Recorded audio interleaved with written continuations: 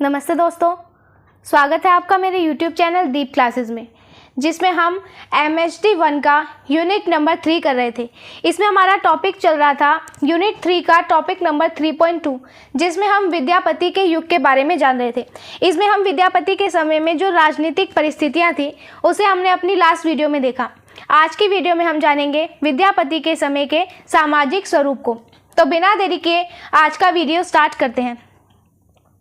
राजतंत्र राजनीतिक व्यवस्था कायम करने के अलावा समाज में सामंतवादी व्यवस्था की रक्षा करता था। इस तरह प्रजा का दोहरा शोषण होता था। कीर्तिलता और लिखनावली में इस बात का उल्लेख मिलता है कि मिथिला का समाज वो सामंतवादी था। इसीलिए सामाजिक विषमता कई रूपों में मौजूद थी, जिसकी अभिव्यक्ति राजनीति और समाज में कई तरह से होती रहती थी। आर्थिक और सामाजिक दृष्टि से निचले तबके के लोग राजनीतिक सत्ता के लाभ से तो वंचित थे ही, उनके दमन में भी दमन के भी शिकार होते थे।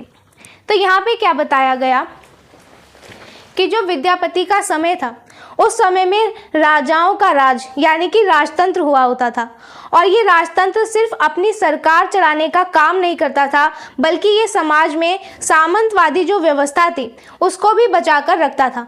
जिसका मतलब ये है कि बड़े बड़े जमींदारों और रसूखदार लोगों को ज़्यादा ताकत देता था ये राजतंत्र। इसकी वजह से जो वहाँ की आम जनता या जो प्रजा थी उसे दोहरी मार झेलनी पड़ती थी। एक तरफ तो उस प्रजा पर राजा का दबाव था और दूसरी तरफ उन पर बड़े जमींदारों का जुल्म भी होता था। अब विद्यापति की जो दो रचनाएं, एक तो है कीर्तिलता और दूसरी है लिखनावली। अगर हम इन दो रचनाओं को पढ़ें तो ये हमें उस समय मिथिला का जो पूरा समाज था वो इसी जमींदारी सिस्टम पर टिका हुआ हमें दिखाई देता है। समाज में बहुत ज़्यादा विषमता थी, यानी ऊंच नीच और जो भेदभाव था वो फैला हुआ था, और ये भेदभाव वहाँ के रहन सहन, वहाँ के राजकाज और अलग अलग रूपों में हमें साफ साफ दिखाई देता है इनकी रचना कीर्तिलता और लिखनावली में। आगे यहाँ बताया गया कि जो लोग गरीब थे या समाज में निचले पायदान पर आते थे, उन्हें राजा की तरफ से मिलने वाली किसी भी अच्छी सुविधा या फायदे का लाभ वो नहीं मिलता था। वो या तो उन सब चीज़ों से दूर होते थे, साथ ही जब भी राजा या जमींदार कोई सख्त नियम बनाते या जुल्म करते थे तो इसका अगर सबसे पहला हम शिकार देखें तो वो भी इन्हीं गरीब लोगों पर हमें दिखाई देता है। तत्कालीन समाज वर्णों, जातियों और वर्गों में विभाजित था। राजनीतिक अस्थिरता का सामाजिक स्थिति पर प्रतिकूल असर पड़ता था, जिसका लाभ ऊंचे तबके के लोग ही वो उठाते थे, और निचले तबके के लोगों का संकट वो बढ़ जाता था, जिससे विषमता और बढ़ जाती थी। कीर्तिलता के द्वितीय पल्लव के प्रारंभ में ही निम्नलिखित पद है, जिससे सामाजिक स्थिति का हमें पता चलता है। अब ये जो समय था, इस समय का हमारा जो समाज था वो जातियों, वर्णों और अलग अलग रूपों में बटा हुआ था। जब भी राजकाज में कोई भी उथल पुथल होती थी या जब भी राजा बदलते थे तो इसका बहुत बुरा और उल्टा असर समाज पर पड़ता था। उस उथल पुथल का अगर हम फ़ायदा देखें तो फ़ायदा भी हमें दिखाई देता है। ये जो उथल पुथल रहती थी इसका फ़ायदा समाज के जो अमीर और जो ऊंचे लोग थे वो उठाते थे, जबकि गरीब और जो कमज़ोर लोग थे उनकी मुश्किलें और ज़्यादा बढ़ जाती थी। इस वजह से क्या हुआ, अमीर और गरीबों के बीच एक खाई और भी ज़्यादा गहरी होती चली गई। अब विद्यापति की जो रचना थी कीर्तिलता, इसके दूसरे भाग में यानी कि द्वितीय पल्लव की शुरुआत में इन्होंने कुछ पंक्तियां लिखी है जो कि समाज की हालत हमें बताती है। अब हम इस पंक्तियों को देखते हैं और इसका अर्थ समझते हैं। एक एक लाइन से अर्थ समझेंगे। ठाकुर ठग भय, गेल चोर, सरपति घर सज्जिए। इस लाइन का मतलब ये है कि जब राजा गणेश्वर इनकी मौत हो गई तो जो बड़े बड़े जमींदार या ठाकुर थे वो खुद क्या करते थे, ठग और धोखेबाज बन गए। समाज में कोई भी नियम कानून नहीं बचा, जिससे क्या हुआ, चोर और उचक्के जो थे वो बिल्कुल बेखौफ हो गए और वो दूसरों के घरों को लूट लूट कर अपना घर सजाते थे। दासे गोसाउनी गहिए धम गए धंध निमज्जिए, यानी कि जो भी नौकर चाकर थे वो अपने ही मालिकों या अपने ही स्वामियों को दबाने लगे और घरों पर जबरदस्ती वो नौकर चाकर अब कब्जा करने लगे थे। उस समय ऐसा लगा मानो कि पूरा धर्म और अच्छाई जो है वो बिल्कुल ही डूब गई हो और हर तरफ अधर्म का जो है अंधेरा छा गया हो। खले सज्जन परिभविये कोई नहीं होई विचारक, जाति अजाति विवाह अधम उत्तम को पारक। अब यहाँ पे थर्ड और फोर्थ लाइन के अर्थ को समझते हैं। इसमें बताया गया कि जो दुष्ट और जो बुरे लोग थे वो समाज के भले और सज्जन लोगों को परेशान करने लगे, उन्हें सताने लगे। सबसे ज़्यादा दुख की बात ये थी कि उस पूरे राज्य में कोई भी ऐसा जज या फिर मददगार नहीं बचा था जो इन अच्छे लोगों की पुकार सुने और उनके साथ जो है न्याय या फिर सही विचार कर सके। आखिरी लाइन में बताया कि समाज के सारे नियम कायदे जो थे वो इस समय में टूट गए थे। शादियों और रिश्तों में किसी भी नियम का पालन नहीं हो रहा था। समाज में कौन अच्छा है कौन बुरा, किसका व्यवहार उत्तम है किसका खराब, ये फर्क बताने वाला, कोई भी सही या गलत की पहचान करने वाला कोई भी समझदार इंसान जो है वहां पर नहीं बचा था। यही इसमें बताया गया कि राजा गणेश्वर के निधन के बाद क्या हुआ, हालत इतनी बिगड़ गई कि जो ठाकुर ठग हो गए थे, चोरों ने क्या किया, बलपूर्वक घरों पर कब्जा कर लिया। नौकरों ने क्या किया, गृह स्वामियों जिसके यहाँ वो थे उनका घर दबाया। धर्म खत्म हो गया और साथ धंधे डूब गए।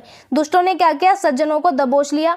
कोई विचार करने वाला नहीं था। जाति और अजाति में विवाह होने लगे। अधम और उत्तम के भेद का विवेक करने वाला जो है कोई नहीं बचा था। तो ये हमने 4 लाइनों के जो अर्थ को समझा तब जान लिया था। अब आगे जो है यहाँ पे 2 पंक्तियां और दे रखी है, इसे भी देखो। अक्षर रस बुद्धि निहार नहीं कवि कुल भमी बिखरी भऊ। तो इस लाइन में बताया गया कि जो राजा गणेश्वर हैं इनकी मौत के बाद क्या हुआ, पूरे राज्य में अक्षरों का रस यानी कि कविताओं और ज्ञान का जो कद्र है उसको करने वाला कोई भी इंसान नहीं बचा। इसका बुरा नतीजा ये हुआ कि जो बड़े बड़े विद्वान और कवि थे वो दाने दाने के मोहताज हो गए और पेट भरने के लिए वो कवि और विद्वान क्या करते थे, जगह जगह घूम घूम कर भिखारियों की तरह अब मांगने पर मजबूर हो गए थे। तिरहुत तिरोही सबे गुणे रा गणेत जबे सगन सग गऊ।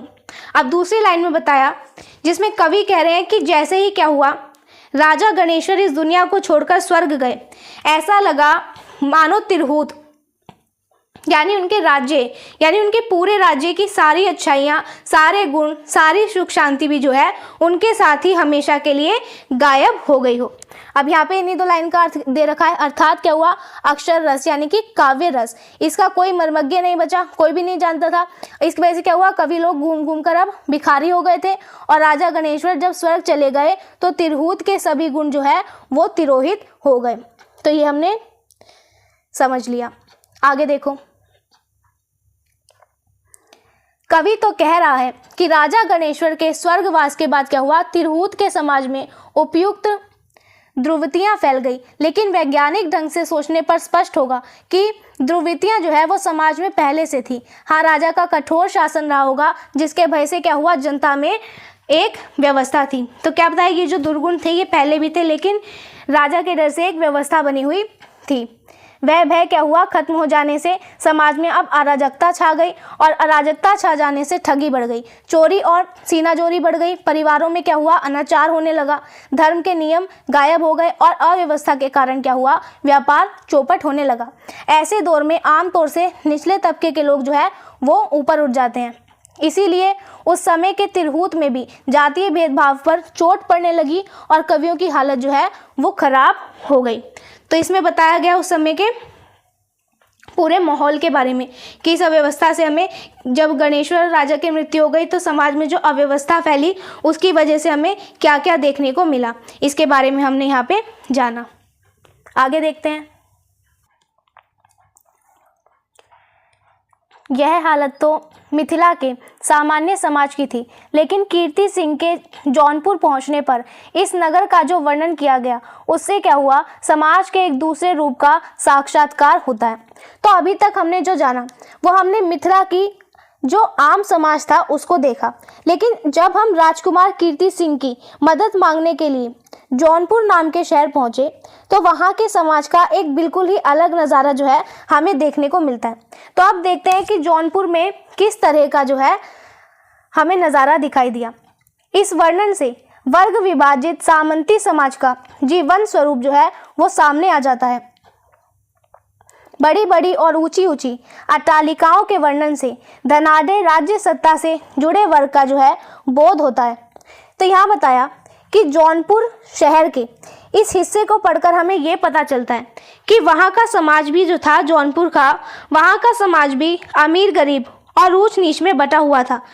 वहाँ बड़ी बड़ी और बहुत ऊंची ऊंची आलीशान इमारतें और महल बने हुए थे और इन महलों को देखकर ये पता चलता था कि राजकाज से जुड़े जो लोग थे और जो बड़े अधिकारी थे वो कितने ज़्यादा अमीर और पैसे वाले थे। बाजार की भीड़ का कीर्ति लता में जो है रोचक वर्णन है। नगर के समाज में ब्राह्मण, कायस्थ, राजपूत और अन्य अनेक जातियां जो है वो बसी थी। वहाँ वैश्याएं भी थी और उनके भी महल ऐसे थे कि कवि को लगता था कि उन्हें स्वयं विश्वकर्मा ने जो है बनाया हो। तो कीर्ति लता जो इनकी रचना थी विद्यापति की, इसमें जौनपुर के बाजारों की चहल पहल और उसकी भीड़ भाड़ का वर्णन हमें देखने को मिलता है। जौनपुर शहर के समाज में अलग अलग जातियों के लोग जैसे कि ब्राह्मण, कायस्थ, राजपूत, ये सारी जातियों के लोग एक साथ जो है मिलकर रहते थे। और जौनपुर शहर में जो नाचने और गाने वाली वेश्याएं होती थी वो भी रहती थी और उन वेश्याओं के रहने का जो मकान होता था और जो महल होते थे वो इतने आलीशान और इतने खूबसूरत थे कि उन्हें देखकर कवि विद्यापति को ऐसा लगता था मानो इन्हें जो है देवताओं के जो सबसे बड़े कारीगर थे विश्वकर्मा जी, उन्होंने खुद अपने हाथ से इन महलों को बनाया हो। वहाँ बड़ी संख्या में गुलाम भी थे जो बिकने के लिए जो है तैयार रहते थे। अब वहाँ पर क्या थी, दासियाँ थी, नौकर चाकर भी वहाँ पे हमें बहुत सारे दिखाई देते हैं। साथ ही साथ हिंदू मुसलमान एक साथ रहते थे। हालांकि राज्य की सुविधा की दृष्टि से जो है भेदभाव थे। तो वैसे तो हिंदू मुसलमान साथ रहते थे लेकिन राज्य में सुविधाएं आसानी से पहुँचे या आसान रहे उसकी वजह से थोड़ा बहुत भेदभाव था। इसके बावजूद कहीं बांग दी जा रही थी, कहीं वेद पाठ था, कहीं बिस्मिल्लाह है और कहीं बलि, यानी कि सभी धर्म जो है वहाँ देखने को मिले। कहीं ओझा है, कहीं खोजा है, कहीं नकल, कहीं रोजा है, कहीं तामपत्र और कहीं पर कूजा है। कहीं मुसलमानों के द्वारा जोर ज़बरदस्ती किए जाने का वर्णन है। ऐसा लगता है व्यवसाय जो है वो काफ़ी विकसित था। ऐसा वर्णन है कि दोपहर में भीड़ लगती है, पृथ्वी मंडल की समस्त वस्तुएं बिकने आती है, व्यापारी क्षण में जो है अपनी सारी चीज़ें बेच लेते हैं और जो खरीदना होता है उसे खरीद लेते हैं। तो इसमें क्या बताया कि जो जौनपुर शहर है इसकी खास बात ये थी कि हिंदू और मुसलमान दोनों ही धर्मों के लोग एक ही शहर में साथ साथ रहते थे। लेकिन क्योंकि वहाँ पर सरकारी सुविधाएं, नौकरियाँ और जो राजकाज के फायदे थे उसको देने के मामलों में थोड़ा बहुत हमें भेदभाव फिर भी दिखाई देता है। लेकिन भेदभाव के बाद भी वो जो नज़ारा था वो बहुत अनोखा था। शहर में कहीं पर मस्जिद से अजान हो रही थी, कहीं बांग दी जा रही थी, यानी कि हर धर्म का हमें ऐसे कुछ समारोह देखने को मिलते हैं जिससे पता चलता है कि वहाँ सभी धर्मों को माना जाता था। साथ ही साथ ये भी था कि वहाँ कुछ जगहों पर मुसलमानों द्वारा जो है आम लोगों के साथ थोड़ी बहुत ज़बरदस्ती का जिक्र भी मिलता है। लेकिन व्यापार या बिजनेस के मामले में देखें तो ये शहर बहुत आगे था। इस रचना कीर्तिलता में ये भी लिखा कि दोपहर के समय जो वो बाजार था उसमें बहुत ज़्यादा भीड़ उमड़ती थी और इतनी कि ऐसा लगता था मानो पूरी दुनिया की सारी चीज़ें वहीं पर बिकने आती हो। और जो सामान बेचने वाला होता था वो पलक झपकते ही सामान बेच देता था और जो खरीदने वाले थे वो पलक झपकते ही उस सामान को जो है खरीद लेते थे। आगे देखो, लेकिन जौनपुर के प्रसंग में वर्णित समाज का ये ढांचा जो है वो मिथिला में भी है।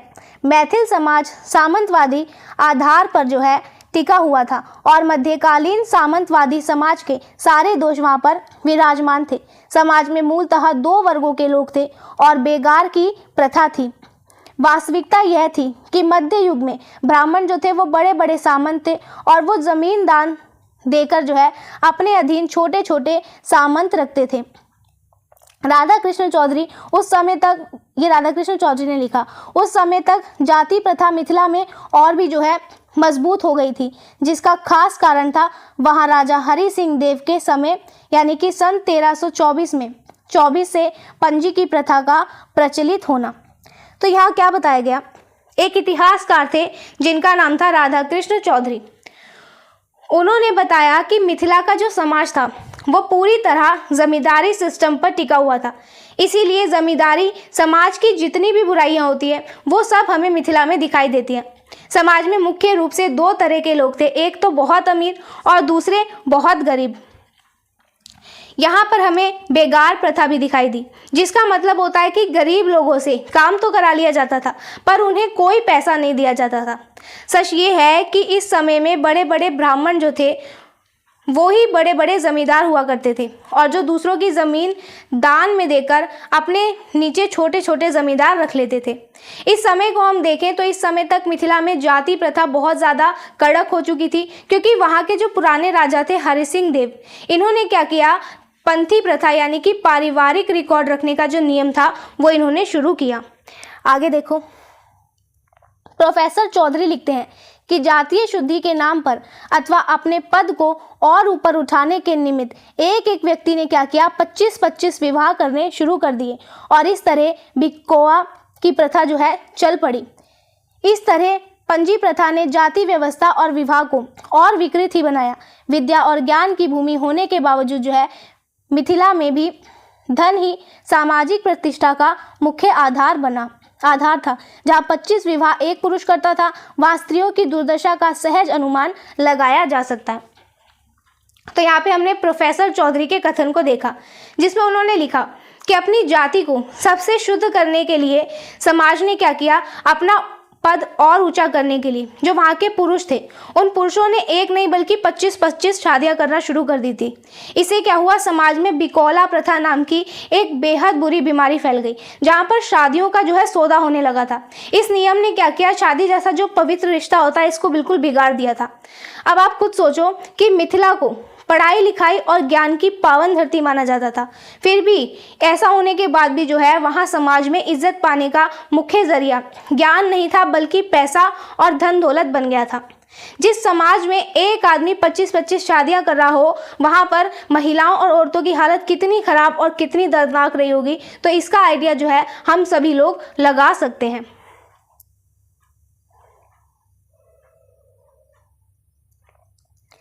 लिखनावली में विद्यापति ने सामाजिक स्थिति का वर्णन किया है। उनके अध्ययन से पता चलता है कि समाज से जुड़े लोगों में विलासिता व्यापक थी और जनता में दरिद्रता। कीर्तिलता में एक कथन के उल्लेख से बताया जा चुका है कि राजा कभी कभी दरिद्रों को जो है दान दिया करते थे। दान संपन्नता और दरिद्रता की परस्पर विरोधी जीवन स्थितियों के होने का जो है प्रमाण है। तो यहाँ पे विद्यापति की एक और रचना रही जिसका नाम है लिखनावली।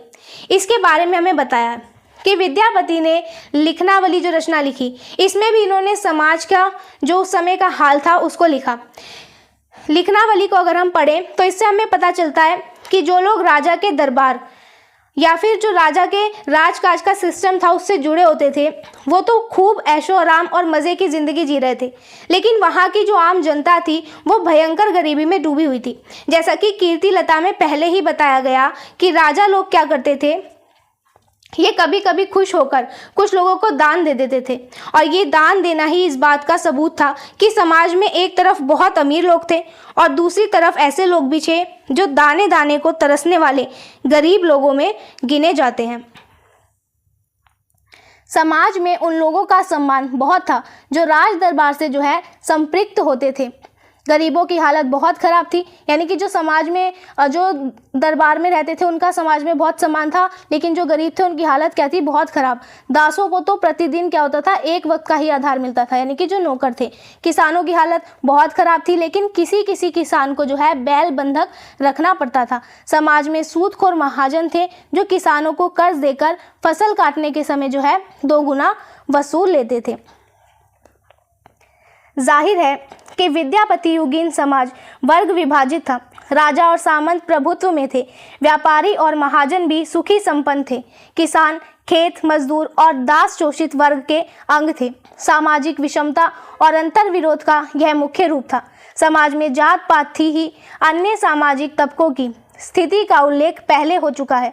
यह सामाजिक स्थिति है जो विद्यापति को प्रेरित और प्रभावित करती है और अनेक रचनाओं में वह इनका चित्रण करते हैं।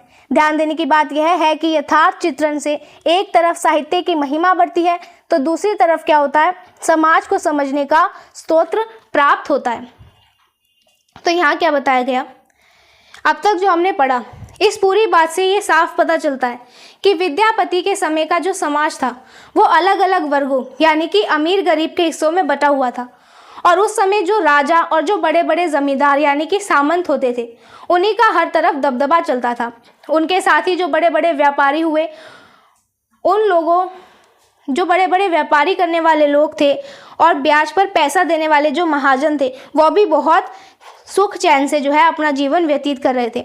दूसरी तरफ हमें वो लोग भी दिखाई देते हैं जो खेती करने वाले किसान थे, खेतों में काम करने वाले मजदूर थे और जो गुलाम थे, उनके साथ बहुत जुल्म और शोषण इस समय में होता था। समाज में फैली जो ऊंच नीच, भेदभाव, आपसी टकराव था, ये सब हमें इस समय में दिखाई देता है। इसके अलावा इस समय के समाज में हमें जात पात और छुआछूत की भावना जो है वो कूट कूट कर भरी हुई दिखाई देती है। समाज की बाकी जो कड़वी सच्चाइयाँ थी उनके बारे में जो है वो तो हमने पहले ही समझ लिया। अब समाज की ये जो ऊंच नीच वाली जो परिस्थितियाँ थी, जिन्होंने कवि विद्यापति के दिल को छुआ और उन्हें लिखने के लिए प्रेरित किया, इसी का असर था कि विद्यापति ने क्या किया, अपनी बहुत सी रचनाओं में इस समय के समाज का ठीक वैसा ही रूप दिखाया जैसा उन्होंने खुद जो है अपनी आंखों से देखा हो। तो जब कोई कवि या लेखक क्या करता है, अपने साहित्य में यथार्थ चित्रण करता है, यानी कि समाज की बिल्कुल सच्ची और हकीकत वाली बातों को लिखता है, तो इससे क्या होता है, दो फायदे होते हैं। पहला तो ये कि उस लिखने वाले की और उसकी रचना की जो इज्जत है वो बढ़ जाती है, और दूसरा ये कि आज इतने सालों बाद भी हम उस पुराने ज़माने के समाज को और उसके इतिहास को बिल्कुल सही सही समझने का एक नज़रिया जो है वो हम लोगों को मिल जाता है। तो इस तरीके से हमने विद्यापति के समय में जो सामाजिक स्वरूप था, जो सामाजिक स्थितियाँ थी, उसको हमने समझा। अब आगे आते हैं, अब देखते हैं विद्यापति के समय में इतिहास को। साहित्य के आधार पर इतिहास लिखने की पद्धति अपने देश में हाल ही में अपनाई गई है, लेकिन वास्तविकता यह है कि प्राचीन भारत का इतिहास भी पहले साहित्यिक कृतियों के आधार पर ही जो है लिखा गया। बाद में इतिहास लेखन के अन्य साधन उपलब्ध हुए तो साहित्य को आधार बनाने की प्रवृत्ति जो है वो घट गई। अब फिर से इतिहास लेखन में साहित्य को आधार बनाने की प्रवृत्ति जो है वो बढ़ी है। तो यहाँ बताया कि जो हमारा देश है, हमारे देश में रचनाओं, कविताओं और साहित्य को देखकर इतिहास लिखने का ये जो तरीका था ये बहुत समय से चला आ रहा था। लेकिन ये पुराना भारत का इतिहास भी जो है पहले कवियों की लिखी हुई रचनाओं में ही हमने पढ़ा, मगर बीच में क्या हुआ, जब इतिहासकारों को पुरानी इमारतें, सिक्के, पत्थर ये सब देखने को मिले तो उन्होंने इतिहास लिखने का तरीका थोड़ा बदल दिया।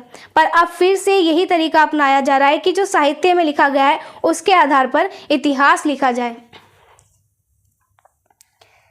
जिस साहित्य में यथार्थ चित्रण की प्रवृत्ति मिलती है वही साहित्य खास तौर से इतिहास लेखन का जो है आधार बनता है। विद्यापति की कृतियों में कीर्तिलता, कीर्ति पताका, लिखनावली आदि में इतिहास संबंधी सामग्री मिलती है, लेकिन इन कृतियों की इतिहास संबंधी सामग्री में कितनी ऐतिहासिकता है इसकी जांच करना जो है आवश्यक होता है। कीर्तिलता, कीर्ति पताका, लिखनावली में जो कथा या जो तथ्य वर्णित है उनसे ऐतिहासिकता का पता चलता है। तो यहाँ क्या बताया कि हर किसी रचना को पढ़कर इतिहास नहीं लिखा जा सकता। इतिहास लिखने के लिए केवल वही रचनाएं काम आती है जिसमें समाज का बिल्कुल सच्ची और हकीकत वाली बातें जो है लिखी हो। हमारे कवि जो है विद्यापति, इन्होंने जो रचनाएं लिखी जैसे कि कीर्तिलता, कीर्ति पताका और लिखनावली, इन सभी रचनाओं में पुराने समय के इतिहास की जुड़ी बहुत सारी सच्ची जानकारियाँ जो है हमें दिखाई देती है। अब यहाँ पर एक बात ध्यान रखने वाली ये है कि इन रचनाओं में जो बातें लिखी है वो कितनी सच है और कितनी काल्पनिक, इनकी अच्छे से जांच करना बहुत ज़रूरी है। जब हम विद्यापति की इन तीनों रचनाओं को देखते हैं तो हमें पता चलता है कि इसमें इतिहास की बिल्कुल सच्ची और सही बातें जो है बताई गई है। राजा कीर्ति सिंह और शिव सिंह ओइन वंश के थे। ये उल्लेख कथा को जो है ऐतिहासिकता प्रदान करती है। यह वंश मिथिला में आज भी जो है उपलब्ध है। दिल्ली के तुर्क बादशाह फिरोज शाह मिथिला के भोगीसराय को भाई की तरह मानते थे। इससे भी कथा में ऐतिहासिकता आ जाती है। विद्यापति प्रायः फिरोज शाह तुगलक और उसके बाद जो है उसके कुछ बाद लोधी वंश के समय में भी थे, इसीलिए वह स्वयं मिथिला की ऐतिहासिक कथा के जो है प्रमाण बन गए लगते थे। तो यहाँ पे क्या बताया कि राजा कीर्ति सिंह और राजा शिव सिंह जो थे ये ओइन वंश के एक घराने के राजा थे और ये कोई मनगढ़ंत कहानी नहीं थी, क्योंकि इस बात के सबूत हमें ओइन वंश मिथिला के इलाके में जो है आज भी मौजूद है, इससे देखने को मिलते हैं। इसी वजह से ये जो रचना है ये इतिहास की कसौटी पर बिल्कुल सही साबित होती है। इतना ही नहीं, इन रचना में ये भी लिखा है कि दिल्ली के जो तुर्क राजा थे बादशाह फिरोज शाह, वो मिथिला के भोगीसराय को जो है अपने सगे भाई की तरह प्यार और सम्मान देते थे। इससे ये जो रचना है ये और भी ज़्यादा सच्ची लगती है। खुद कवि विद्यापति का समय भी ऐसा ही था।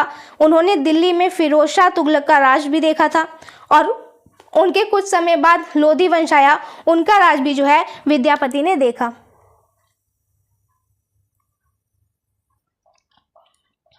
कीर्ति पताका में मिथिला के राजा गणेश्वर सिंह और असलान का युद्ध, फिर असलान के खिलाफ लड़ने के लिए कीर्ति सिंह के द्वारा सुल्तान की मदद लेना ऐतिहासिक घटना थी। तो इस घटना के बारे में हमने लास्ट वीडियो में जो है जाना था। इसी तरह अगर हम कीर्ति पताका देखें तो इसमें राजा शिव सिंह और सुल्तान का युद्ध की जो कथा है इसको भी ऐतिहासिकता ये प्रदान करता है। ये भी हमने लास्ट वीडियो में देखी। मिथिला के इतिहास से जुड़ी ये जो घटनाएं हैं यद्यपि मध्यकालीन भारतीय इतिहास की मुख्य धारा से कुछ भिन्न लगती है, मतलब थोड़ी बहुत अलग लगती है, लेकिन फिर भी मध्यकाल के इतिहास को समग्रता प्रदान करने की दृष्टि से अगर हम देखें तो कीर्ति लता और कीर्ति पताका की जो कथा है वो ऐतिहासिक महत्व उसका है। तो मतलब ऐतिहासिक दृष्टि से ये जो रचनाएं हैं ये अपना बहुत महत्व रखती है। आगे देखो, यह ऐतिहासिक तथ्य है कि कर्नाक वंश के अंतिम शासक हरि सिंह देव ने तीर भुगती राज्य ओइनवार वंश को सौंपा था। यही हरसिंह देव हैं जिन्होंने क्या किया, 13वीं सदी में मिथिला में ब्राह्मणों के लिए पंजी का निर्माण कराया। अब यहाँ पे बताया गया कर्नाट वंश के इतिहास के बारे में। ये जो कर्नाट वंश था इसके जो आखिरी राजा थे उनका नाम था हरि सिंह देव। इन्होंने क्या किया, तीर भुगती यानी कि मिथिला के राज्य को ओराइन वंश के हाथों में इन्होंने सौंप दिया था। और ये वही राजा हरि सिंह देव है जिन्होंने क्या किया, जिन्होंने आगे चलकर मिथिला के ब्राह्मणों के परिवारों का पूरा रिकॉर्ड रखने के लिए क्या किया, एक पंजी प्रथा की इन्होंने शुरुआत की थी। कीर्ति लता की कथा बताती है कि कैसे कीर्ति सिंह राजा बने। तो कीर्ति लता रचना को देखेंगे तो उसमें पता चलता है कि कीर्ति सिंह जो है राजा कैसे बने थे। विद्यापति ने क्या किया, भृंगी संवाद के रूप में लिखित कथा में भृंगी से प्रश्न करवाया कि राजा कीर्ति सिंह किस वंश के थे और वो स्वयं जो है कौन थे। इसी प्रश्न के उत्तर में कीर्ति लता की जो है रचना हुई। तो यहाँ यही बताया गया कि विद्यापति ने जो रचना लिखी कीर्ति लता, इसमें इन्होंने भृंग और भृंगी यानी कि दो भंवरों की आपस में बातचीत के रूप में इस रचना को लिखा। और इस रचना की कहानी में भृंगी नाम का एक भंवरा था, उससे प्रश्न पूछा कि जो राजा कीर्ति सिंह है वो किस खानदान के थे और वो खुद कौन थे। इसी सवाल का पूरा जवाब देने के लिए विद्यापति ने जो कीर्ति लता है इसकी रचना की थी। विद्यापति के बारे में ऐतिहासिक रूप से स्वीकृत है कि वह राजा शिव सिंह के दरबार में जो है रहते थे। तो यानी कि विद्यापति कहाँ रहते थे, राजा शिव सिंह के दरबार में। उनकी पदावली में भी जो है बार बार राजा शिव सिंह और उनकी रानी लखीमा देवी का जिक्र आता है, जिससे विद्यापति और राजा शिव सिंह के संबंध की ऐतिहासिकता प्रमाणित होती है। तो पदावली जो है विद्यापति की रचना है, इसमें शिव सिंह और इनकी पत्नी लखीमा के हमें बार बार वर्णन देखने को मिलता है। इस प्रसंग में उल्लेखनीय है कि मध्यकालीन भारत का जो इतिहास है वो राजनीति, सामाजिक या सांस्कृतिक जिसने भी लिखा उसने मिथिला और विद्यापति की जो है उपेक्षा की। इसीलिए ऐसे इतिहासकार विद्यापति और कीर्ति लता की ऐतिहासिकता के प्रमाण जो है वो नहीं बन पाते। जब इतिहास लेखन में क्षेत्रीय इतिहास का महत्व बढ़ा, तब ऐतिहासिक दृष्टि से विद्यापति और कीर्ति लता, कीर्ति पताका और लिखनावली जैसी इन कृतियों का भी जो है वो महत्व बढ़ा। तो यहाँ बताया कि पुराने समय में जिन भी लोगों ने क्या किया, मध्यकालीन भारत का इतिहास, समाज और संस्कृति के बारे में लिखा, उन्होंने हमारी मिथिला और महान कवि जो है विद्यापति, इन पर ज़्यादा ध्यान नहीं दिया था, इन्हें छोड़ दिया उन लोगों ने। इसीलिए उन पुरानी रचनाओं से हमें विद्यापति के बारे में ज़्यादा पता नहीं चलता।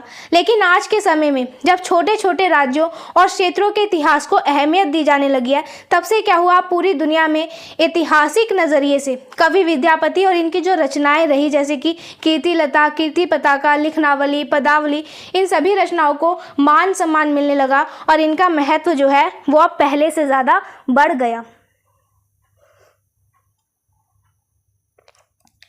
इस प्रसंग में प्रोफेसर राधा कृष्ण चौधरी, डॉक्टर उपेंद्र ठाकुर आदि के द्वारा मिथिला के इतिहास का जो है अनुसंधान महत्वपूर्ण है। हिंदी के विद्वानों ने इस प्रसंग में जो काम किए हैं वह भाषा के विकास और उसकी प्रकृति एवं साहित्यिक विवेचन तक जो है सीमित है। वह काम डॉक्टर नामवर सिंह का हो या डॉक्टर शिवप्रसाद सिंह का या डॉक्टर वीरेंद्र श्रीवास्तव का। तो यहाँ पे बताया गया, कुछ विद्वानों के नाम लिए गए हैं, जैसे कि प्रोफेसर राधाकृष्ण चौधरी और उपेंद्र ठाकुर। तो इन विद्वानों ने क्या किया, मिथिला के इतिहास पर जो भी खोजबीन की, जो भी रिसर्च की, वो बहुत ही ज़्यादा महत्वपूर्ण है। हिंदी में जो बड़े बड़े विद्वान हुए, जैसे कि नामवर सिंह, शिव प्रसाद सिंह और डॉक्टर वीरेंद्र श्रीवास्तव, इन लोगों ने जो काम किया वो ज़्यादातर भाषा के विकास, उसके स्वभाव और केवल रचनाओं की बनावट को समझने तक ही जो है इन्होंने इसको सीमित रखा। इन विद्वानों से पहले डॉक्टर हरिप्रसाद शास्त्री, डॉक्टर बाबूराम सक्सेना आदि के काम भी जो है वो भाषा वैज्ञानिक ही ज़्यादा हैं। हाँ, हिंदी में डॉक्टर वासुदेव शरण अग्रवाल ने क्या किया, इन्होंने इतिहास की दृष्टि से भी विचार किया। तो वासुदेव शरण अग्रवाल ऐसे इतिहासकार रहे जिन्होंने ऐतिहासिक दृष्टि से विचार किया। लेकिन इन सभी विद्वानों ने जिस दौर में काम किया, उस समय विद्यापति के अध्ययन के प्रसंग में जो है मुख्य समस्या थी उनकी कृतियों का प्रामाणिक संस्करण तैयार करके प्रकाशित करना।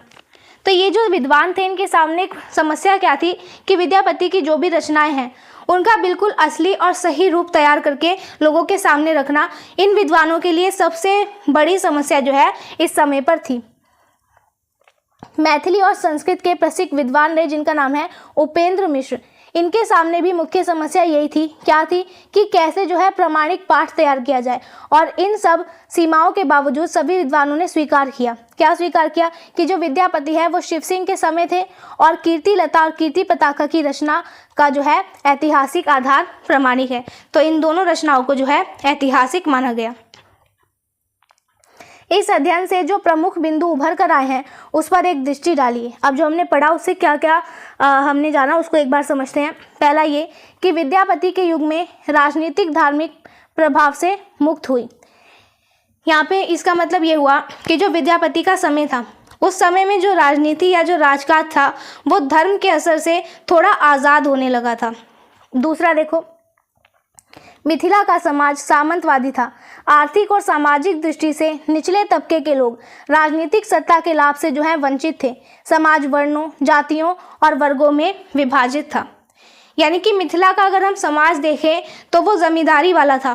पैसों और जाति के मामले में जो नीचे लोग थे, यानी जो गरीब लोग थे, उन्हें राजकाज या सरकार का कोई भी फायदा जो है वो नहीं मिलता था।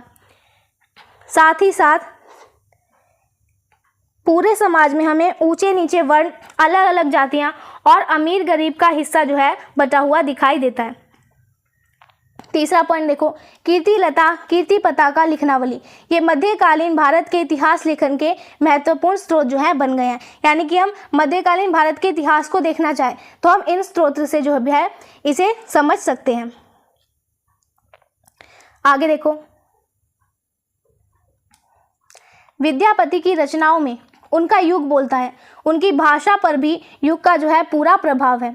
यानी कि विद्यापति ने जो कुछ भी लिखा उसे पढ़कर ऐसा लगता है जैसे कि उस समय का जो समाज है वो खुद बोल रहा हो। यहाँ तक कि इनकी भाषा अगर हम देखें विद्यापति की, तो इनकी भाषा पर भी उस समय का जो दौर था उसका हमें संपूर्ण असर दिखाई देता है।